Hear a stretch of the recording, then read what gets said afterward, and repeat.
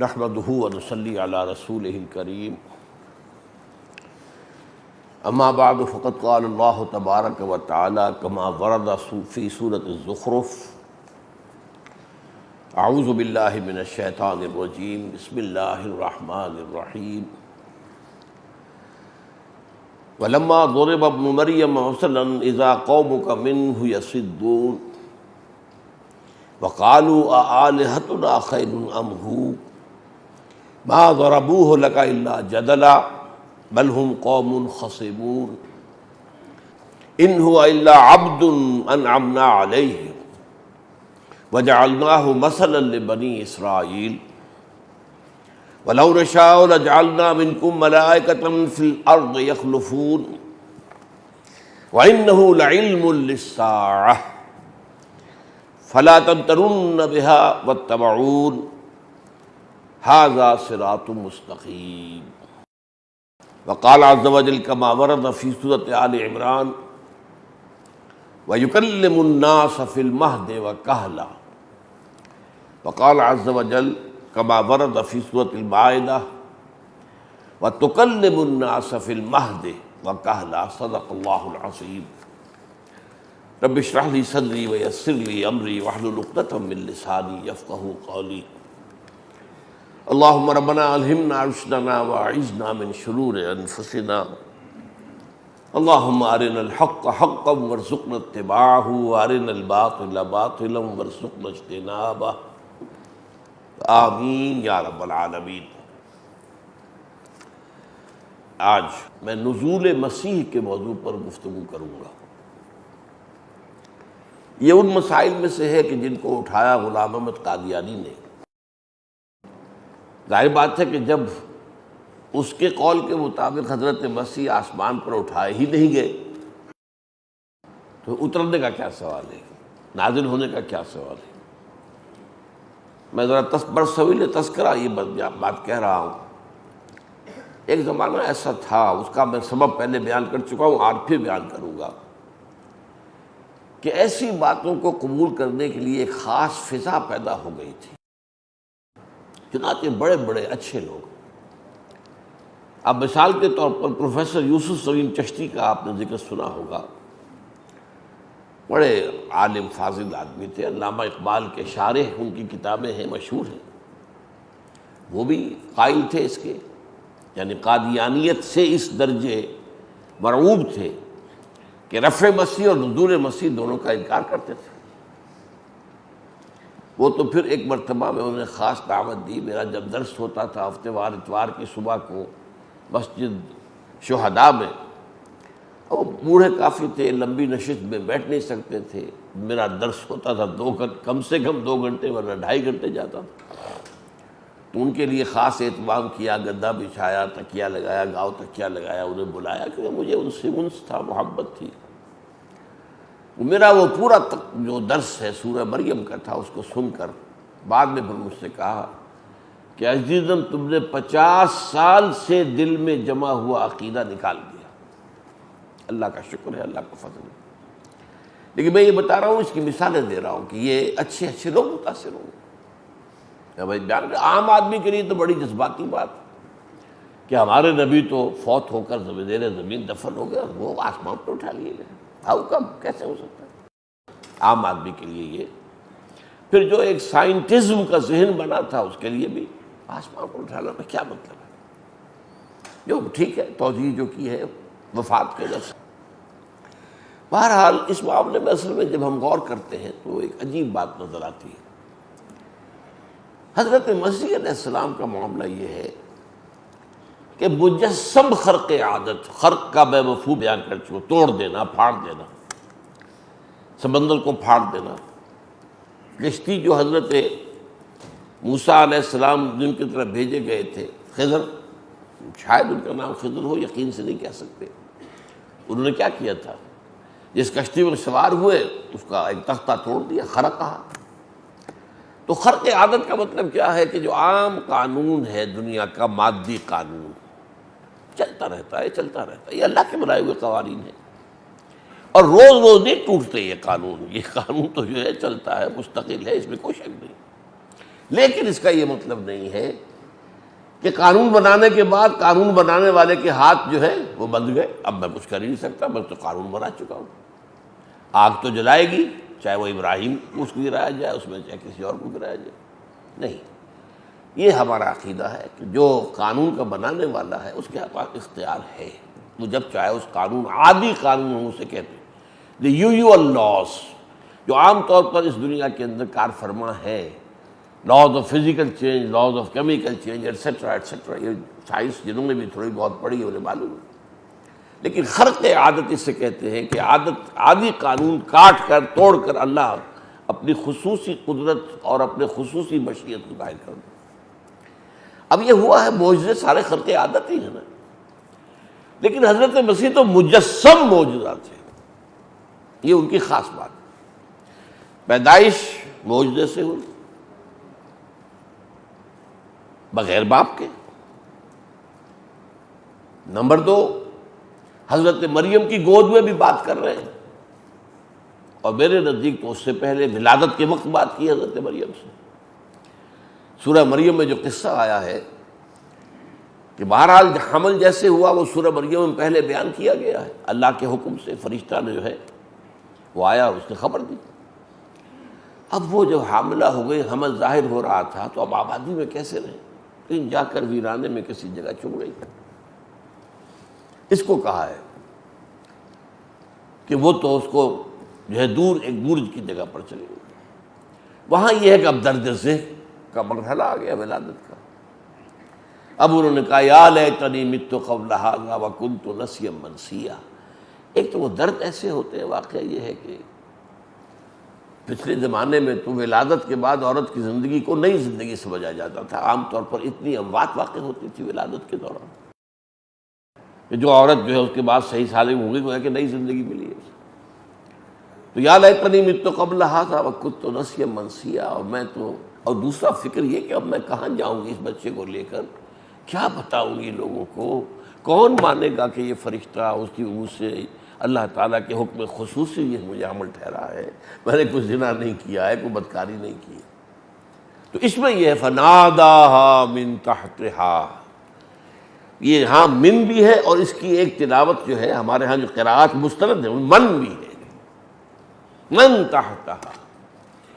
تو پہلی کی روح سے ترجمہ یہ کیا جاتا ہے کہ وہی فرشتہ جس نے کہ خوشخبری دی تھی کہ تمہارے یہاں ولادت ہوگی، وہی اس پہاڑی ذرا اونچی جگہ پر تھیں وہ، تو وہاں سے اس کے نیچے جو ہے اس کے نشیب میں دامن میں وہ فرشتہ موجود تھا، اس نے پکارا لا تحزنی قد جعل ربک تحتک سریا وہزی الیک بجذع النخلۃ تساقط علیک رطبا جنیا۔ نہیں، افسوس نہ کرو، غمگین نہ ہو، تمہارے رب نے تمہارے نیچے یا تمہارے قریب دامن میں ایک ندی بھی نکال دی ہے، پانی پیو ٹھنڈا۔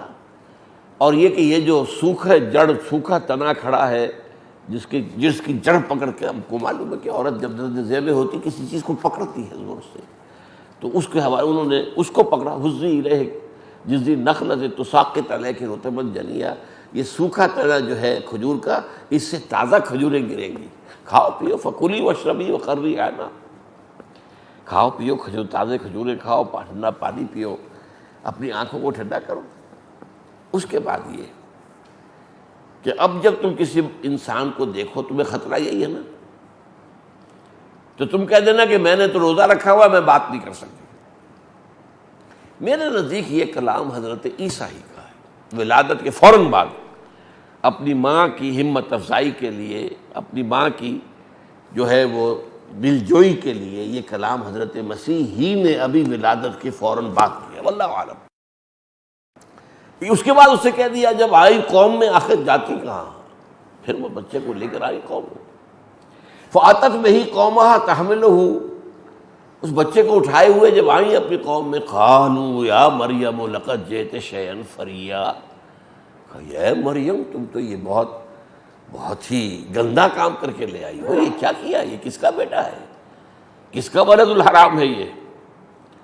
اور اے مریم، نہ تو تمہارا والد کوئی بدکار آدمی تھا، نہ تمہاری ماں کوئی بدکار عورت تھی، تم تو ایک اعلیٰ گھرانے کی، ہمارے ہاں کے اعلیٰ دینی گھرانے کی فرد، کیا کیا تم نے؟ یا اخت ہارون، ما کان ابوک امرأ سوء وما کانت امک بغیہ فاشارت الیہ. حضرت مریم نے اشارہ کر دیا بھائی اس سے پوچھ لو، بس اشارہ، یہ بھی نہیں کہا کہ یہ اس سے پوچھ لو. قالوا کیف نکلم من کان فی المہد صبیا، کیسے بات کریں اس سے جو بچہ ہے گود کے اندر، اس سے ہم بات کریں، یہ بتائے گا ہمیں. قال انی عبد اللہ آتانی الکتاب وجعلنی نبیا.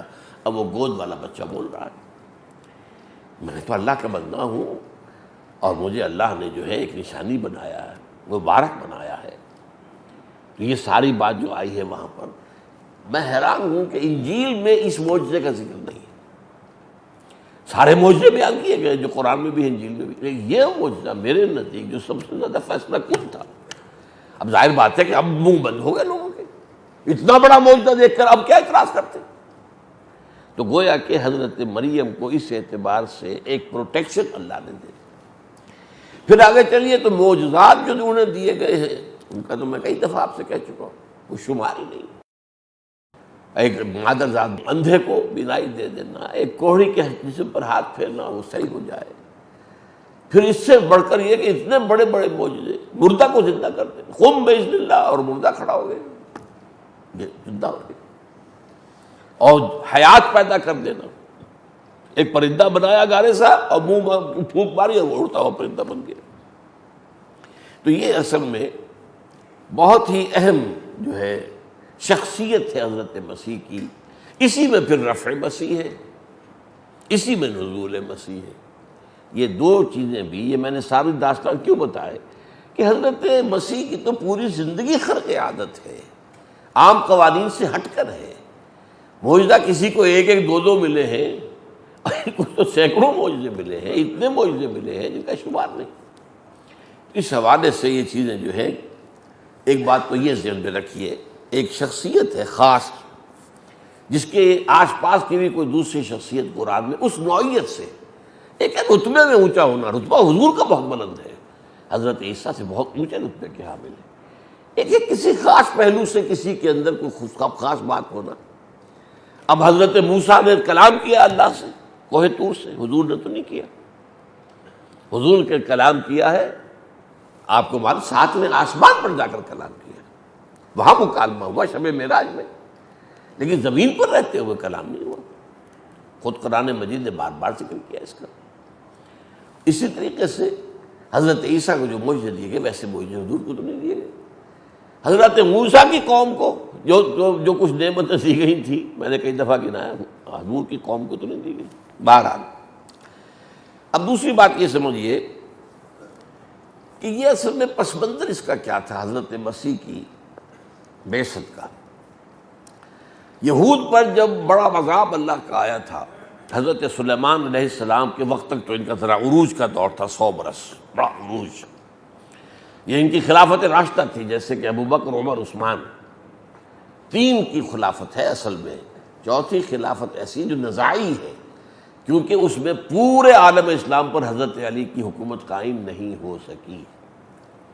پورے عالم اسلام پر عمر، ابوبکر، عمر، عثمان رضی اللہ تعالیٰ عنہ. اسی طرح وہ بھی 3 تھے، طالوت، داؤد، سلیمان علیہ السلام. اسی طریقے سے وہاں حضرت سلیمان کے بعد ان کے 2 بیٹوں میں مملکت تقسیم ہو گئی.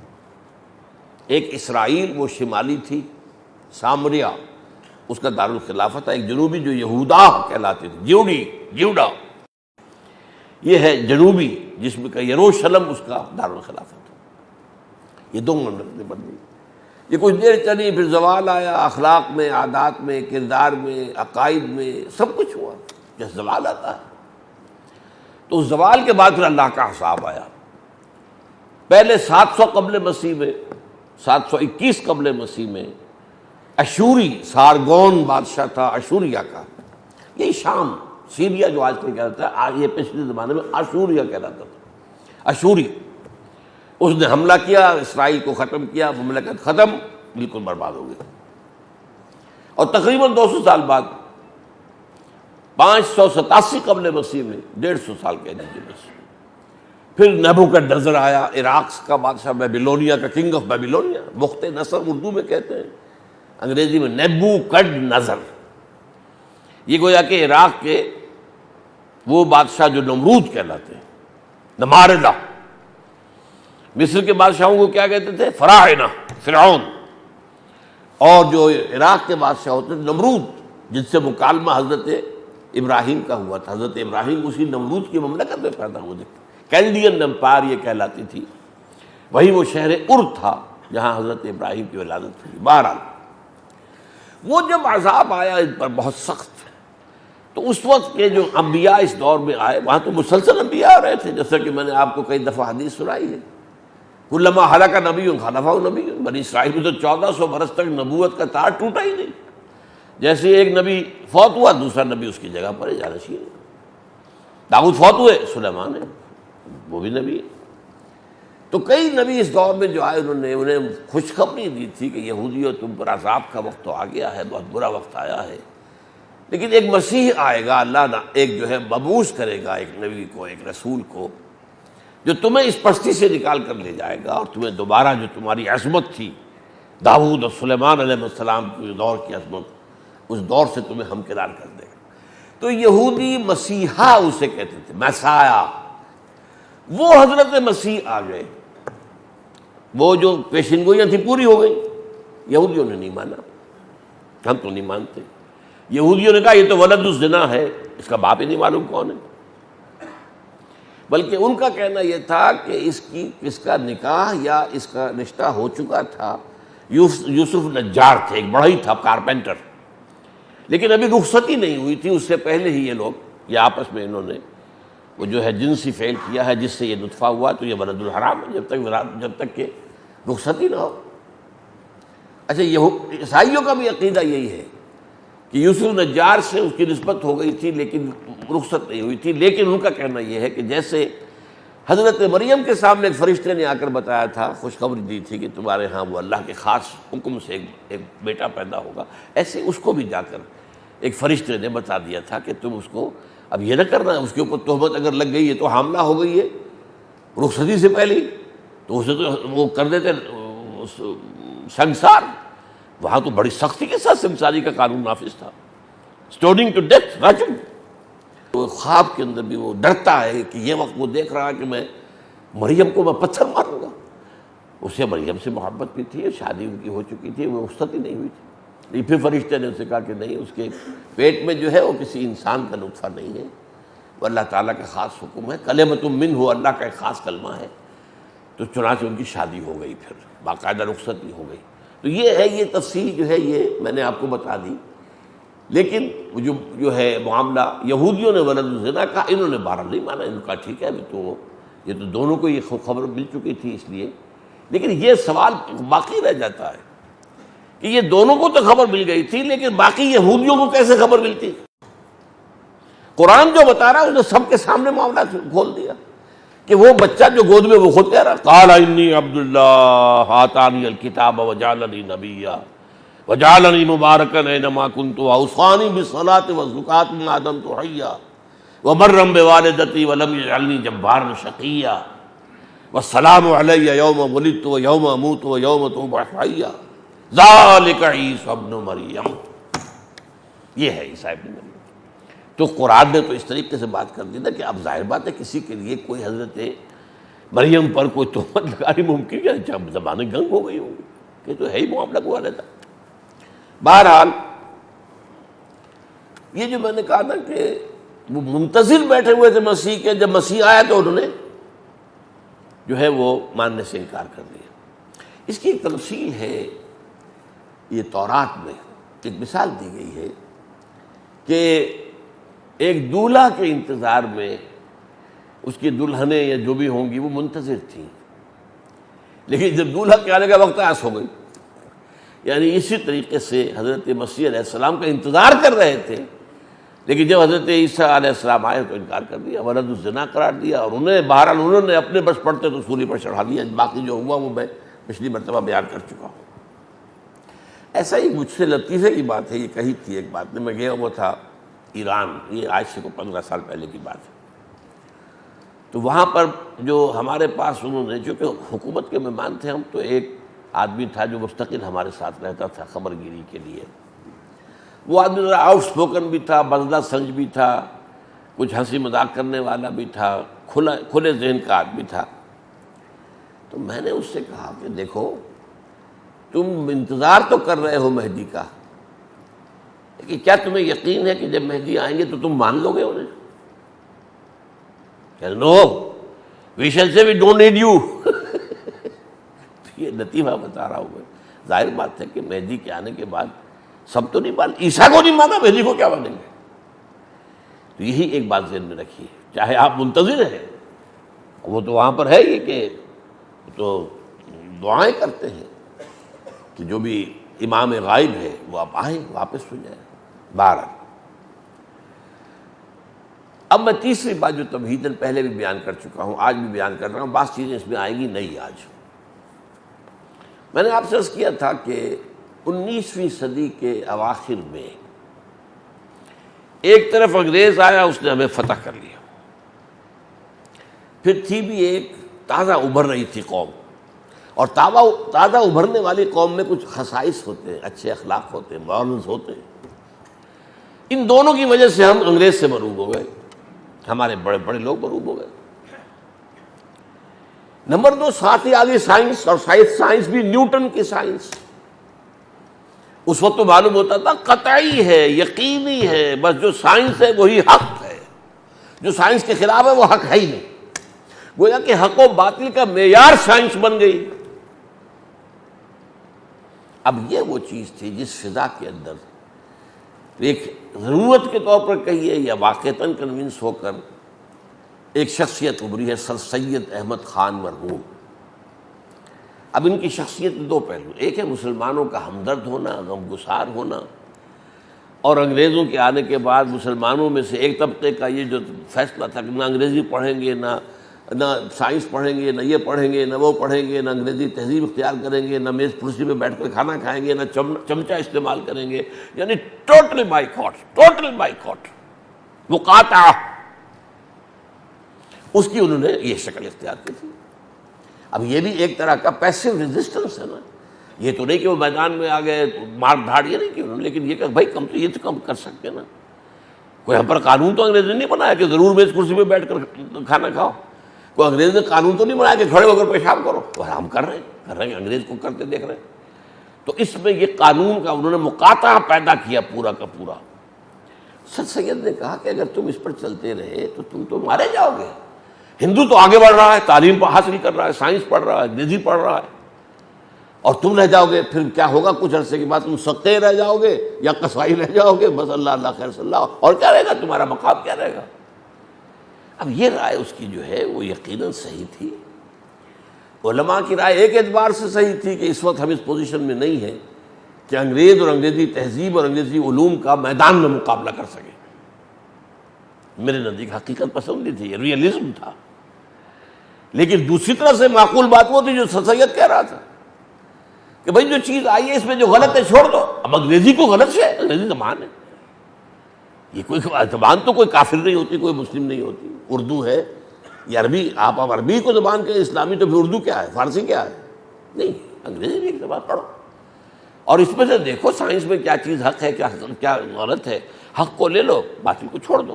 تو یہ اٹ واز مور لاجیکل، وہ زیادہ ریئلزم تھا، یہ لاجیکل زیادہ تھا۔ لیکن نتیجہ کیا نکلا؟ سر سید احمد خان نے جب دیکھا کہ اسلامی عقائد کی جو چیز سائنسزم کے اندر، سائنٹزم کے اندر ٹھیک نہیں بیٹھ رہی ہے اسے اتار دو، تو یہ فرشتہ کوئی چیز نہیں ہے، جن کوئی چیز نہیں ہے، اور یہ معجزات کوئی شے نہیں ہے، یہ مسیح نہ اٹھانا اترے گا، کوئی سوال ہی پیدا نہیں ہوتا، یہ وہ اور یہ پیشن گوئیاں اور یہ معجزات قرآن کے پیشن گوئیاں احادیث کی سب جو ہے رد کر کے پھینک دی۔ اور ان سے دو قسم کے لوگ متاثر ہوا سر سید سے، یہ ہے ایک نقطہ جو میں آج بیان کر رہا ہوں۔ ایک تو جو مستقل طور پر اسی رائے پر چل پڑے اور انتہا تک جا پہنچے، ذلوا ضلالا بعیدا، ان میں سر فہرست آتا ہے غلام احمد قادیانی۔ لیکن غلام احمد قادیانی سے یہ جو ہے جو زہر اتنا نہیں پھیلا جتنا کہ مولوی محمد علی لاہوری سے، جس سے کہ لاہوری ان کا فرقہ بنا ہے۔ یہ بہت بڑا عالم تھا، انگریزی کا بھی تھا، اس نے انگریزی میں تفسیر لکھی، اور اس وقت تک ظاہر بات ہے کوئی تفسیر انگریزی میں موجود نہیں تھی. ہمارے علماء حقانی میں سے تو کسی نے نہیں لکھی تھی. تو جو انگریزی پڑھ کر نوجوان آ رہا تھا وہ قرآن کیسے سمجھے؟ عربی اس نے پڑھی نہیں. عربی فارسی سے تو ہمارا ناطہ منقطع ہو گیا. جسے ملازمت کرنی ہے انگریز کی، وہ انگریزی پڑھے گا نا. اس انگریزی پڑھنے والوں کو اسلام کون سکھائے؟ تو یہ کتاب انتہائی مقبول ہوئی، تفسیر مولوی محمد علی کی انگریزی کے اندر. اس کے اندر وہ زہر ہے. اور آپ کو میں بتا دوں کہ ہمارے ایک بہت بڑے آدمی مولانا عبد الماجد دریابادی رحمۃ اللہ علیہ، وہ چونکہ انہوں نے فلسفہ پڑھا تھا نوجوانی میں، ملحد ہو گئے تھے. منکر، کوئی خدا ہوتا نہیں، ملحد. وہ یہ کہتے ہیں کہ مجھے الحاد سے مذہب کی طرف لانے والی چیز کون سی ہے؟ گیتا. ہندوؤں کی کتاب گیتا، مقدس گیتا ان کی. اس نے تو مجھے ملحد سے نکال کر اور مذہبی بنا دیا، یعنی روحانیت کا کوئی کام کا قائل ہو گیا. اور پھر اس مذہبیت سے اسلام تک لانے والا وہ مولوی محمد علی لاہوری ہے، جس کی یہ تفسیر میں نے پڑھی تو پھر میں اسلام پر. تو ایک تو یہ لوگ، لیکن یہ کہ ان کے اندر یہ زہر مستقل ہو. پھر یہ کہ اس کے بعد علامہ مشتقی اسی نوعیت کی شخصیت، میں بتا چکا ہوں کسی مرتبہ، مولوی کا غلط مذہب نمبر 1، مولوی کا غلط مذہب نمبر 2، مولوی کا غلط نمبر 3. سارے مولویوں کے یہ سارے عقائد یہ وہ سب غلط. پھر جملہ منکرین سنت کا طائفہ جو آیا ہے، منکرین سنت، ان میں سب سے زیادہ جس شخص نے زہر گھولا ہے، کون سیاہی گھول رہا ہے وقت کے بہتے دریا میں، وہ غلام احمد پرویز. اچھا لکھنے والا، اچھا بولنے والا، لیکن اس نے جس طریقے سے حدیث سے رشتہ کاٹا ہے امت مسلمہ کا. روشن خیال اینکرز ہیں، روشن خیال جو ہیں وہ جو بھی دانشور ہیں، خاص طور پر مشرف نے جس طرح اس روشن خیالی کو پروان چڑھایا ہے، دودھ پلا کر پیسے دیے بے تحاشا، ان لوگوں کو بے تحاشا مدد کی ہے. کیونکہ امریکہ کا حکم تھا کہ تم اپنی تہذیب کی جڑیں کھود کر ہماری تہذیب کو نافذ کر دو. یہاں پر 33% عورتوں کی سیٹیں جو ہے فکس کروا دیں. ذرا سوچئے، پوری دنیا میں کہیں نہیں. ہم تو گویا کہ مغربیوں کے باپ بن گئے، دادا بن گئے. بھئی امریکہ میں ہے کوئی سیٹیں عورتوں کی مستقل؟ بھارت میں ہے کوئی؟ پوری دنیا میں مانا جاتا ہے امریکہ سب سے بڑا جمہوریت کا نمبردار، اور نمبر 1 اور دوسرے اعتبار سے سب سے بڑا بھارت ہے. کہ امریکہ کے اندر تو ظاہر بات ہے کہ تعلیم عام ہے، سب پڑھے لکھے لوگ ہیں، اور یہ کہتے ہیں کہ یہ جمہوریت صرف اس نظام میں چل سکتی ہے کہ جہاں پر لٹریسی پرسنٹیج ہائی ہو. بھارت کی تو لٹریسی پرسنٹیج ہم سے کچھ ہی بہتر ہے، اللہ اللہ خیر اللہ. وہاں جمہوریت چل رہی ہے، معجزہ ہے، لیکن کیا وہاں پر کچھ سیٹیں مقرر ہیں؟ یہ اصل میں طوفان جو آیا ہے یہ مغرب کا براہ راست حملہ ہے. اور میں ایک دفعہ تقریر کر چکا ہوں دجالیت پر، کہ دجالیت کے 3 لحاف ہیں. کہ ایک سیکولرزم پوری دنیا کے اوپر وہ لحاف لپٹا ہوا ہے. نمبر 2 جوا اور سود لپٹا ہوا پوری دنیا پر. یہ تو اسلامی دنیا ہو یا غیر اسلامی دنیا ہو، یہ 2 لحاف تو پوری انسانیت کے اوپر آ چکے ہیں. اور تیسرا ہے یہ بے حیائی والی تہذیب، اور عورت کو گھر سے نکال کر میدان میں لانا، آزاد کرا کر. نتیجہ کیا؟ خاندانی نظام ختم، برباد. یہ تہذیب ہے جو یورپ میں آ چکی ہے پوری طرح، امریکہ میں آ چکی ہے. اب وہ چاہتے یہی تہذیب پوری عالم اسلام کے اندر جڑیں گاڑ لے. یہ اس کے لیے سارا کام جو ہے منکرین سنت کے ذریعے سے کروایا جا رہا ہے. اچھا، یہ تو ایک کھاتا ہے نا جو کہ دلو دلالم بعیدا، دور چلے گئے، بہت دور چلے گئے، بہت دور چلے گئے.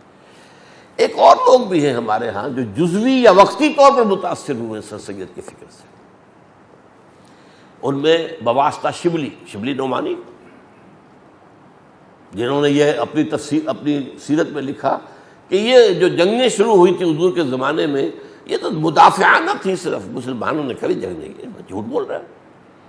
حضور نے تو مدینے میں آتے ہی 6 مہینے کے بعد ہی چھاپا مار دستے بھیجنے شروع کر دیے تھے. ابھی قریش کی طرف سے تو کوئی قدم اٹھا ہی نہیں تھا ابھی. اسی طرح مولانا فراہی، اب یہ بھی نوٹ کر لیجیے، میں خود اپنے سورسز جو ہے قرآن مجید کے فہم کے ان میں شمار کرتا ہوں ان کو. فراہی اصلاحی، ابو الکلام ابو العلا، ڈاکٹر اقبال ڈاکٹر رفیع الدین، شیخ الہند مولانا محمود حسن، شیخ الاسلام شبیر احمد عثمانی. یہ چار بس کہتا ہوں کہ ایک حوض ہے، حوض کے اندر 4 پائپوں سے پانی آ رہا ہے. حوض ہے، وہ حوض ہے جس میں جمع ہوا ہے. لیکن یہ کہ میں کسی شخص کے ساتھ ایسا نتھی نہیں ہوں، ایسی عقیدت میں نہیں ہوں کہ اس کی غلط بات کو بھی صحیح کہوں. یہ مولانا فرائی سے شدید اختلاف عجیب. آپ نوٹ کیجئے تفسیر جو ہے سورہ فیل، وہ عجیب تفسیر. نہیں کوئی پرندے نہیں آئے تھے، کوئی چونچوں میں ان کے کنکریاں نہیں تھیں. یہ تو اصل میں پرندے جھنڈ کے جھنڈ آیا کرتے تھے جب کوئی لشکر چلتا تھا کہیں، تو اس امید میں کہ جنگ ہوگی تو بہت سے لوگ مریں گے تو گوشت کھانے کو ملے گا ہمیں. وہ پرندے اس لیے اس انتظار میں ساتھ ساتھ چلا کرتے تھے. بس وہ مارا تو عربوں نے ہے، پتھر پھینک کر مارا. ارے بھائی پتھر پھینکنا، جو پتھر انسان کو مار سکے اس کو پھینکنا آسان کام. اور یہ کہ کتنے تھے یہ قریش، کتنا بڑا لشکر لے کر آیا تھا. چٹانیں وہاں سے پھینکنے کا کوئی امکان تھا؟ ایک معجزہ تھا. کس شان کے ساتھ اللہ کہہ رہا الم تری کیف فعل ربک باصحاب الفیل الم یجعل کیدہم فی تضلیل وارسل علیہم طیرا ابابیل ترمیہم بحجارۃ من سجیل فجعلہم کعصف مأکول. ایک پوری صورت اس واقعے کے اوپر ہے. اب یہ کہہ رہی ہے یہ تو پرندے ایسے آئے تھے کہ اس امید میں کہ چونکہ مارکا ہوگا تو بہت سی لاشیں گریں گی نا، تو پھر وہ گوشت ہمیں کھانے کو ملے گا. انا للہ و انا الیہ. بہرحال یہ وہ لوگ ہیں کہ جو عارضی طور پر متاثر ہوئے یا جزوی طور پر. بعض لوگ جزوی طور پر بہت آخری وقت تک قائم رہے. مولانا اصلاحی صاحب بھی رفع مسیح نزول مسیح کے قائل نہیں تھے. یہی سر سید کا فکر. علامہ اقبال نہیں بچا ہے.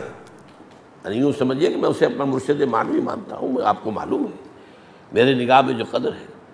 یہ جو انہوں نے لکھ دیا یہ سب جو مہدی اور یہ عیسیٰ کا آنا، یہ سب جو ہے یہ مجوسیوں کی روایات ہے جو اسلام میں آ گئی. لا حول ولا قوت. اقبال نے کہا ہے یہ سب جو ہے مجوسیوں کی روایات ہے جو اسلام میں داخل کر دی گئی ہے. متاثر ہو. یہ سارا فکر اصل میں آپ سمجھ لیں، اصل میں اس دور کا جو روب تھا اس کو میں اور آپ محسوس نہیں کر سکتے. آج جو ہے سائنس دنیا کی جو ہے آئنسٹائن کا دور کہلاتا ہے. سائنس میں کوئی شے ڈیفینٹ ہے ہی نہیں. پہلے تو یہ تھا میٹر از انڈسٹرکٹیبل، میٹر ختم ہو ہی نہیں سکتا. میٹر جو انرجی میں تحلیل ہو جاتا ہے ختم. میٹر صاحب کہاں رہ گئے؟ کوئی بھی نہیں رہے. ریلیٹیوٹی جو ہے اس کا فلسفہ آئنسٹائن کا. تو ہمارے لیے تو آسان ہے بہت معاملہ. اب تو ہم یاد تو کرتے ہیں کہ بابائے طبیعیات جو ہے وہ نیوٹن ہے، لیکن وہ اس لیے کہ شروع کرنے والا ہے بس، ورنہ اس کے نظریات تو ختم ہو چکے ہیں. اب تو آئنسٹائن کا دور ہے. لیکن اس وقت جو آئی تھی سائنس وہ تو یقینی تھی نا. سائنس کی ایجادات، سائنس نے جو چیزیں پیدا کی ہیں، ایجادات کی ہیں، وہ سب کا دیکھیے تو کس قدر روب اس وقت پڑا ہوگا. اب تو ہم عادی ہو گئے نا. کہاں ہم دیے جلایا کرتے تھے، کہیں کوئی شمع جلاتے تھے، کہیں مٹی کے تیل کا کوئی ڈالتے تھے، بجلی بٹن دبایا اور چاروں قسم تو روشنی. یہ کہاں سے آ گیا تھا؟ تو اس سے مروبیت جو ہے ہونی لازم تھی. اقبال کا معاملہ بھی میں آج چاہتا ہوں کھول کر آپ کے سامنے بیان کر دوں. ظاہر بات ہے اقبال کا ایک پہلو وہ ہے کہ جو سر سید کے ساتھ تسلسل ہے. آخر اقبال کالجوں میں پڑھا نا، یونیورسٹی میں پڑھا ہے. یہ دوسری بات ہے کہ بچپن میں اس کے والدین کی طرف سے مذہبی بنیادیں بڑی ٹھوک کر اس کی بنیاد میں ڈال دی گئی تھی. اور پھر علامہ میر حسن جو انہیں ملے، جنہوں نے عربی فارسی اور پھر بی اے تو کیا ہے اقبال نے عربی کے ساتھ. تو اس پہلو سے ان کی بچت ہوئی ہے بعد میں، اور وہ بعد میں اللہ تعالیٰ نے انہیں ان تمام چیزوں سے، گمراہیوں سے نکال لیا ہے. ایک زمانے میں قادیانیت کے بارے میں انہوں نے کہا تھا جسے صحیح اسلام دیکھنا ہو چاہے قادیان میں دیکھے. کیوں کہا تھا؟ قادیان میں ایک آدمی بیٹھا ہوا ہے بشیر الدین محمود، اور اس کا تابع ہے، سب اس سے بیعت ہے، نظم ہے، ڈسپلن ہے. یہ تو برکت تھی نا اس بیعت کی جو غلام احمد قادیانی نے شروع کی، اور اب بشیر الدین محمود کیا کر بیعت تھی. تو بیعت کے نتیجے میں کیا ہوتا ہے؟ وہاں خلفشار نہیں ہوتا. پھر وہ تو ٹھیک ہے، ایک امیر کی بات ہے، آپ مانتے ہیں بھائی. تو وہاں نظم ہے، ڈسپلن ہے. پھر ایک مذہبی ماحول انہوں نے اپنا پیدا کیا تھا جو کہ باقی شہروں میں تو نہیں تھا. وہ ایک محدود ان کی اپنی آبادی تھی. تو جسے اسلام دیکھنا ہو وہ جائے. اور آپ کو معلوم ہے ان کے بڑے بھائی قادیانی ہوئے، ان کا بھتیجا قادیانی. تو قادیانیت کی طرف. اور ایک زمانہ وہ تھا کہ جو اہل حدیث کے بہت بڑے عالم ہیں، ثناء اللہ امرتسری رحمۃ اللہ علیہ، ان کی تفسیر سنائی بہت مشہور ہے. وہ کہتے ہیں ایک وقت تھا کہ میں غلام احمد قادیانی کا وضو کرانا اپنے لیے باعث سعادت سمجھتا تھا، یہ بھی تھا۔ تو متاثر ہو جانا وقتی طور پر، تو علامہ اقبال کس درجے، آپ سوچئے ایک اقبال وہ تھا جو ترانہ الاپرا سارے جہاں سے اچھا ہندوستاں ہمارا، ہم بلبلیں ہیں اس کی اور یہ گلستاں ہمارا، اور مذہب نہیں سکھاتا آپس میں بیر رکھنا، ہندی ہے ہم وطن ہے ہندوستاں ہمارا، یہ نعرے۔ اور کہتے کیا ہے، سچ کہہ دوں اے برہمن گر تو برا نہ مانے، تیرے صنم کدے کے بت ہو گئے پرانے، اپنوں سے بیر رکھنا تو نے بتوں سے سیکھا، واعظ کو بھی سکھایا جنگ و جدل خدا نے، اور پتھر کی مورتوں میں سمجھا ہے تو خدا ہے، خاک وطن کا مجھ کو ہر ذرہ دیتا ہے، وطنیت کی یہ انتہا۔ وہی اقبال ہے جو پھر کہتا نہیں مسلمان علیحدہ قوم ہے، یہ ایک وطن میں نہیں ہے، وطن تو اسلام کے لیے گویا کہ مقبرہ ہے، یا وطن تو اس دور کا جو سب سے بڑا معبود ہے، اس دور میں اور ہے جام اور ہے جم اور، ساقی نے بنا کی روش لطف و ستم اور مسلم نے بھی تعمیر کیا اپنا حرم اور، تہذیب کے آذر نے ترشوائے صنم اور، ان تازہ خداؤں میں بڑا سب سے وطن ہے، جو پیرہن اس کا ہے وہ مذہب کا کفن ہے، یہ وہی اقبال کہہ رہا ہے۔ بہرحال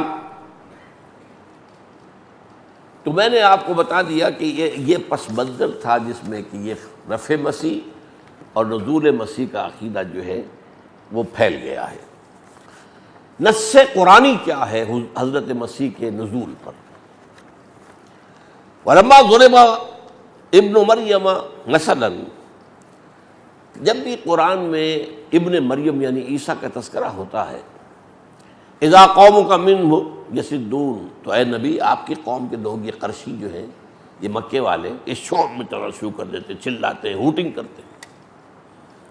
وقالوا آلہتنا خیر ام ہو، وہ کہتے ہیں کہ کیا ہمارے الہ جو ہے معبود جنہیں ہم نے بنایا وہ بہتر ہے یا یہ بہتر ہے، مسیح بہتر ہے؟ مسیح تو چلو بن باپ کے پیدا ہوا تھا، تو ایک عورت کے بطن سے، ٹھیک، ہم جنہیں مانتے ہیں وہ تو فرشتے ہیں، وہ تو کہتے ہیں نہ باپ نہ ماں، وہ تو براہ راست اللہ کے حکم سے پیدا ہوئے اور نور سے پیدا ہوئے، سراپا نور۔ یہ چنانچہ یہ روایت موجود ہے ہمارے مسلم شریف میں حضرت عائشہ سے، خلق اللہ الملائکۃ من النور، نور سے پیدا کیے، جن نار سے پیدا کیے، انسان مٹی سے پیدا کیے، یہ 3 درجے ہیں، یہ میرا ایک علیحدہ موضوع ہے۔ فرمایا وہ کہنے لگتے کہ ہمارے معبود اچھے ہیں اس سے تو، اور دوسرے یہ وہ اصل میں الزام لگاتے تھے کہ قرآن میں تم اتنا ذکر جو کرتے ہو، اتنا تو یہ ذکر جو ہے وہ موسیٰ کا ہوتا ہے، اتنا ذکر ہوتا ہے عیسیٰ کا، اور عیسیٰ کی وہ شان اور وہ مقام، تو گویا کہ تم عیسائیت کی طرف ہمیں لے کر جا رہے ہو۔ اور یہ جو قریش تھے مکے کے، ان کا عیسائیوں سے اس وقت ان کے دل میں بڑی دشمنی تھی۔ ابرہہ جو آیا تھا ڈھانے کے لیے بیت اللہ کو، وہ کون تھا؟ عیسائی تھا۔ اس نے جو ہے صنعاء کے اندر ایک جو ہے بنایا تھا بہت بڑا گرجا، وہ چاہتا تھا کہ عرب کے لوگ یہاں آیا کریں، یہ حج کریں، یہ گرجا کا حج کریں۔ وہ ایک عرب گیا وہاں پر، غصے میں جا کر وہاں پر غلاظت کر کے آ گیا، اور ان کے لیے تو سمجھیے کہ ایک قیامت آ گئی گرجا کے اندر۔ اب اس نے جو ہے چونکہ وہ تابع تھا جو رومن امپائر تھی اس نے ان سے مدد لی، بڑا لشکر لے کر، ہاتھی لے کر آیا تھا، میں خانہ کعبہ کو گرا دوں گا۔ وہ تو جو کچھ کیا اللہ نے اس کا آج ذکر میں کر چکا ہوں، الم تر کیف فعل ربک باصحاب الفیل۔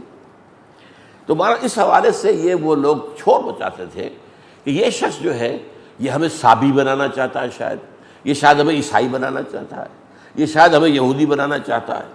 تو جب بھی عیسیٰ کا ذکر ہوتا ہے وہ تو فوٹنگ کرتے ہیں، چیختے چلاتے ہیں، ما ضربوہ لک الا جدلا۔ یہ جو باتیں یہ بیان کرتے ہیں آپ کے لیے صرف آپ سے جھگڑے کے لیے، بل ہم قوم خصمون، بلکہ یہ ہے ہی جھگڑالو قوم لدہ جسے کہا گیا قرآن میں، قوم لدہ، جھگڑالی قوم، ماننے والی نہیں، اکڑ عام تو بس قوم لدہ کی سب سے بڑی مثال ابو جہل ہے۔ اب حضرت عیسیٰ کے بارے میں فرما ان ہوا الا عبد انعمنا علیہ، وہ ہمارا ایک بندہ تھا، وہ کوئی معبود نہیں تھا، ہمارا بندہ تھا۔ ان ہوا الا عبد انعمنا علیہ، اس پر ہم نے خاص انعامات کیے، وجعلناہ مثلا لبنی اسرائیل، اور اسے بنی اسرائیل کے لیے ایک نشانی بنا دیا۔ یعنی اس سے بڑا اتمام حجت ہوگا کہ اتنے بڑے بڑے معجزے حضرت عیسیٰ نے دکھا دیے۔ تو بنی اسرائیل پر گویا کہ حجت جو ہے ختم کر دے، اتمام حجت کے درجے میں اللہ نے انہیں بہت سے ایسے خصائص دے دیے، ان کا قرآن ذکر کرتا ہے۔ وَلَوْ نَشَاءُ لَجَعَلْنَا مِنْكُمْ مَلَائِكَةً فِي الْأَرْضِ يَخْلُفُونَ، اور تم ایسا سمجھتے ہو کہ نور سے پیدا ہونا جو ہے وہ مشکل ہے اور کوئی بڑی بات ہے فرشتوں کی، ہم چاہیں تو تمہارے اندر سے فرشتے اٹھا دیں، فرشتے پیدا کر دیں، وہ زمین میں جو ہے آئیں اور چلیں اور ایک حکومت کریں، لیکن یہ ہماری مشیت کے خلاف ہے۔ ہم نے آدم کو بنایا تھا خلافت عرضی کے لیے، فرشتوں کو نہیں، فرشتوں کو خلافت نہیں دی تھی۔ اس کے بعد آتا وَإِنَّهُ لَعِلْمٌ لِلسَّاعَةِ، اور وہ عیسیٰ تو قیامت کی ایک نشانی ہے کہ جب وہ آ جائے گا معلوم ہوگا کہ اب قیامت کی گھڑی آ گئی ہے۔ یہ ہے نص قطعی۔ اگرچہ وہ جو جدید دور سے سر سید کی فکر سے متاثر لوگ ہیں وہ کچھ اور تعویلیں کر جاتے ہیں، لیکن یہ نص قطعی ہے، اس پر امت کا اجماع ہے۔ حضرت عیسیٰ اب آئیں گے تو وہ اصل میں قیامت کی ایک نشانی ہوں گے کہ اب قیامت سر پر آ گئی، آئی کھڑی۔ اچھا، اس کے ساتھ میں دو اور آپ کو نصوص سناتا ہوں۔ سورہ آل عمران میں ہے، جب بشارت دی گئی حضرت اس مریم کو کہ تمہارے ہاں ایک بیٹا تولد ہوگا، اس کی شان بیان کی، وہ ایسا ہوگا ایسا ہوگا، اسے اللہ کتاب اور جو ہے حکمت کی تعلیم دے گا، تورات اور انجیل عطا کرے گا۔ وہیں پر ایک لفظ یہ بھی ہے وَيُكَلِّمُ النَّاسَ فِي الْمَهْدِ وَكَهْلًا، اور وہ لوگوں سے بات کرے گا گود میں بھی، پنگھوڑے میں بھی، اور بڑا ہو کر بھی۔ اور پھر یہی بات سورہ مائدہ میں آ رہی ہے، اس کے آخر میں یہ ذکر ہے کہ قیامت کے دن اللہ تعالیٰ حضرت عیسیٰ سے ایکسپلینیشن کال کرے گا، اے عیسیٰ ابن مریم، میں نے تمہیں یہ دیا، یہ دیا، یہ دیا، یہ دیا، یہ دیا، یہ دیا، تو میرے حکم سے، میرے اذن سے یہ کر کے دکھایا، تم نے میرے حکم سے یہ معجزہ دکھایا۔ اور انہی میں ایک یہ بھی ہے وَتُكَلِّمُ النَّاسَ فِي الْمَهْدِ وَكَهْلًا، اور میرے ہی اذن سے تم بات کرتے تھے لوگوں سے اس پنگھوڑے کے اندر بھی اور بڑے ہو کر بھی۔ اچھا، اب اس آیت پر غور کیجئے، بڑے ہو کر گفتگو کرنا کوئی معجزہ ہے؟ سبھی کرتے ہیں، سمجھ رہے بات؟ بڑے ہو کر گفتگو کرنا دلیل ہے اس کی کہ جب وہ اٹھا لیے گئے تو وہ تو شاب تھے، ابھی جوان تھے، 33 برس کے، وہ تو کہل تو نہیں، کہولت تو نہیں آئی ان پر، نہ یہودی مانیں گے کہ کہولت آئی ہے ان پر، نہ عیسائی مانیں گے، نہ ہم مانتے ہیں، کہولت تو نہیں آئی۔ 30 برس کی عمر میں ان کی نبوت جو ہے اس تبلیغ کا آغاز کیا انہوں نے، اور 3 برس صرف 33 برس کی عمر میں اللہ نے انہیں اٹھا لیا، یا یہودیوں کے بقول ان کو انہوں نے قتل کر دیا، صلیب چڑھا دیا، یا عیسائیوں کے قول چڑھائے تو گئے لیکن وہاں فوت بھی ہو گئے، بعد میں اللہ نے انہیں زندہ کیا، پھر اٹھا لیا۔ اور قادیانیوں کے نزدیک سولی چڑھائے گئے، لعنتی موت ان کو آئی، ہاں لیکن مرے نہیں، وہ صرف زخمی تھے کہ اتار لیے گئے، اس کے بعد ان کا علاج ہوا، ٹھیک ٹھاک ہوئے، پھر وہ کہیں ہجرت کر گئے، کشمیر میں جا کے فوت ہوئے۔ اِنَّا لِلَّهِ وَإِنَّا إِلَيْهِ رَاجِعُونَ۔ تو یہ سارا معاملہ جو ہے قرآن مجید سے، میں اب چاہتا تھا آج احادیث کے بھی اس کا بیان کروں، اس لیے کہ میں یہ کہہ سکتا ہوں اس بات کو، کوئی شخص مہدی کو نہ مانے، میں اسے منکر حدیث نہیں کہوں گا، اس لیے کہ حضرت مہدی کی جو حدیثیں ہیں وہ مسلم اور بخاری کی نہیں ہیں، جو ہمارے ہاں دوسرا درجہ ہے کتابوں کا، ٹاپ کے اوپر یہ 2 کتابیں ہیں، صحیح مسلم، صحیح بخاری، پھر 4-6 کتابیں ہیں، اور ان کے اندر کیا ہے، ترمذی ہے، ابن ماجہ ہے، سنن ابی داؤد ہے، سنن نسائی ہے، یہ کتابیں ہیں۔ تو یہ ان درجے سیکنڈ جو لسٹ ہے ان میں تذکرہ ہے، اور بہت سی حدیثیں بڑی تفصیل سے، لیکن یہ کہ چونکہ ذکر نہ ہے مہدی کا، ذکر نہ قرآن میں ہے اور نہ احادیث میں سے مسلم اور صحیح بخاری کی حدیث میں، دوسرے درجے کی حدیثوں میں سے چلیے کوئی شخص نہیں مانتا، اب ظاہر بات ہے اس میں ٹیکنیکل نکال دیا جائے گا، اس میں یہ نقص ہے، اس میں فلاں راوی تھا، اس میں یہ تھا، وہ تو اللہ کر سنا۔ لیکن جو شخص نزول مسیح کو نہیں مانتا، میں کہوں گا وہ منکر حدیث ہے پکا، اس لیے کہ یہ حدیث بخاری کی ہے، یہ حدیث مسلم شریف کی ہے، ان کو رد کر کے پھر آپ کہاں کھڑے رہ گئے؟ دین کہاں رہا؟ دین تو ختم ہو جائے گا اگر ان کتابوں کا معاملہ ہو۔ دین تو بنتا ہی سنت رسول سے ہے، اور تو کوئی نظام بنتا ہی نہیں، صرف قرآن کی بنیاد پر تو کوئی نظام بنتا ہی نہیں۔ میں نے بارہ آپ سے کہا، اور نظام کیا بنے گا؟ نظام میں نماز نہیں بنتا، کون بتائے گا 5 نمازیں اور 5 اس کے اوقات کہ کب سے کب تک، کب سے کب تک، کب سے کب، کون بتائے گا؟ کون بتائے گا کہ 2 رکعتیں ہیں فجر کے اندر فرض، اور 4 ہیں ظہر میں، 4 ہیں عصر میں، اور 3 ہیں مغرب، کون بتائے گا؟ اختلاف کریں گے لوگ، 2 آدمی بھی نماز پر متفق نہیں ہو سکتے، ہر ایک کی اپنی تعویل ہو جائے گی. دیکھو قرآن سے ثابت ہے 2 وقت ہے، قبل طلوع الشمس و قبل غروبها، بس سورج کے طلوع ہونے سے پہلے اور سورج کے غروب سے پہلے بس 2 نمازیں، کبھی 2 نمازیں کبھی 3 نمازیں، یہ ہوا ہے. ٹھیک ہے، 5 وقتہ نظام آیا ہے سن 11 نبوی کے اندر معراج کے موقع پر 5. اور پھر حضرت جبرائیل آئے ہیں، ایک دن انہوں نے حضور کو 5 نمازیں پڑھائی ہیں اپنی امامت میں اول وقت میں، اور دوسرے دن آ کر آخر وقت میں، تاکہ معلوم ہو جائے فجر شروع یہاں سے ہو جاتی ہے، اس پر ختم، ظہر شروع یہاں سے ہو جائے گی، یہاں ختم، عصر شروع یہاں سے ہو جائے گی، یہاں پر ختم، مغرب یہاں سے شروع ہوگی، یہاں ختم، عشاء یہاں سے شروع ہوگی، یہاں ختم. یہ سارا نظام، یہ سارا رکعتوں کا نظام. ایک رکعت میں یہ کہ کھڑے ہونا ہے، پھر رکوع ہے، پھر کھڑے ہونا ہے، پھر سجدہ ہے، پھر بیٹھنا ہے، پھر سجدہ ہے. بھائی کیا دلیل ہے کہ ایک رکعت میں رکوع ہے کہ سجدے 2 ہیں؟ کیوں ہے؟ کیوں نہیں سجدہ بھی ایک ہوتا؟ کون دے گا؟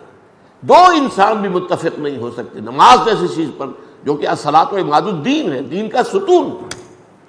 اس اعتبار سے میں آج یہاں ڈنکے کی چوٹ کہہ رہا ہوں کہ علامہ اقبال بھی اس فہرست میں آ جاتے ہیں، اگر وہ آخر وقت تک قائم رہے ہوں اس پر. میرے نزدیک نہیں. میں اس کے لیے جو میں نے شعر کل پچھلی مرتبہ پڑھا تھا، پھر تفصیل سے اس کی میں وضاحت آپ کے سامنے کروں گا کہ ہاں ٹھیک ہے، کرنٹ دونوں چلتے رہے ہیں ان میں. جیسے میں نے آپ کو کہا، کبھی وہ خالص وطنی تھے، کبھی غیر وطنی ہو گئے. بالکل وطن کو انہوں نے سمجھا کہ یہ تو معبود ہے، کفن ہے، جو پیرہن اس کا ہے وہ مذہب کا کفن ہے. اب یہاں تک بھی پہنچ گئے. اقبال تو وہی ہے، شخص تو وہی ہے، خیالات بدلے. بہرحال اس پر گفتگو انشاءاللہ، اور احادیث میں خاص طور پر یہ کہ انہ لعلم للساعہ، قیامت کی جو احادیث آئی ہیں قیامت کی نشانیوں کی، ان میں 2 طرح کی نشانیاں بیان، علامات صغریٰ، علامات کبریٰ. اور کبریٰ میں ہر جگہ حضرت مسیح کا ذکر ہے. نزول مسیح یہ قیامت کی ایک عظیم اور کبیر نشانیوں میں سے ہے.